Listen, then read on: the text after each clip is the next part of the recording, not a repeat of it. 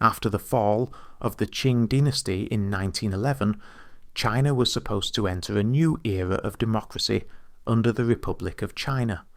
But when President Yuan Shikai tried to make himself emperor in 1915, he lost the trust of both revolutionaries and the army. When he died in 1916, China was left without a strong central government. What followed was a decade of chaos, a time known as the Warlord era. Regional generals fought for control, turning China into a patchwork of rival territories. For ordinary Chinese people, life under the warlords was brutal. Heavy taxes, forced conscription, and corruption were everywhere. Farmers were often forced to give up their crops to feed soldiers. Towns were burned, trade collapsed, and millions were displaced. According to historian Jonathan Spence, the warlord era left deep scars on the Chinese countryside and made people desperate for unity. The chaos created a longing for order, a key reason why later movements like the nationalists and communists gained support. Life during the warlord era was a daily struggle. Warlords demanded high taxes to fund their armies. Soldiers took food and livestock from villages, leaving families hungry. Peasants were often forced to fight, even if they had no weapons or training. Villages burned, railways were destroyed, and the economy collapsed. Famine spread across the countryside, and millions of refugees wandered from one province to another in search of safety. Many people lost faith in the idea of the Republic. As historian Jonathan Spence wrote, the warlord era left deep scars on the Chinese countryside and made people desperate for unity. The suffering of these years created deep anger and hopelessness, but it also planted the seeds for future revolution. While warlords fought among themselves, foreign powers took advantage of China's weakness. Japan controlled parts of Shandong and Manchuria, while Western nations like Britain and France maintained their privileges in the treaty ports. China's sovereignty seemed meaningless. When the Treaty of Versailles in 1919 handed Germany's Chinese territories to Japan, outrage exploded across the nation. Students, workers, and intellectuals flooded the streets in protest. This became the May 4th movement.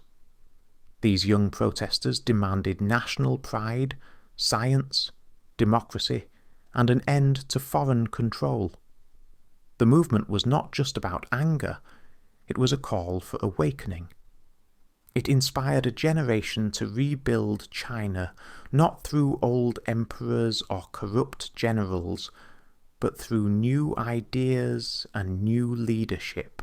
After Sun Yat-sen's death in 1925, Chiang Kai-shek took leadership of the nationalist movement.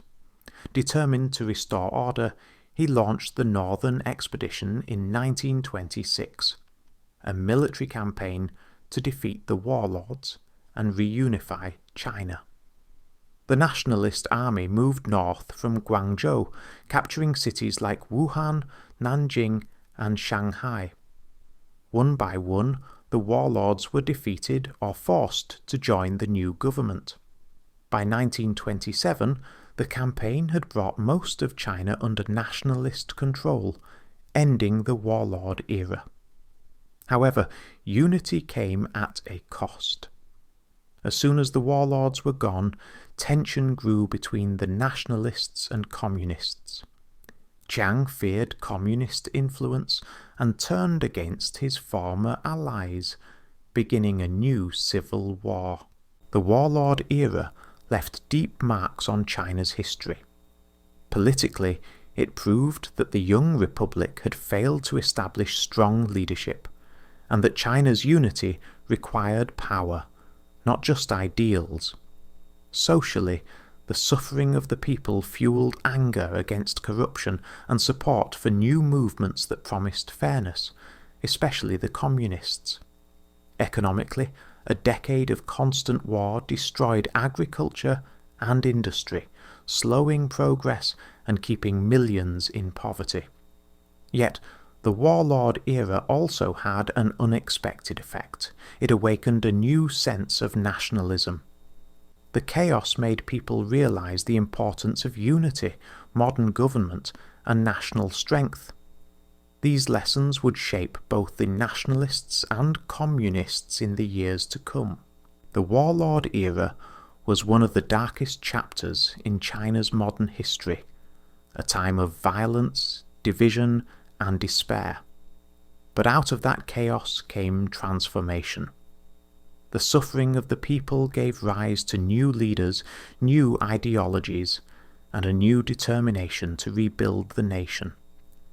The fall of the warlords marked the end of anarchy and the beginning of a long, difficult journey toward unity and modernization.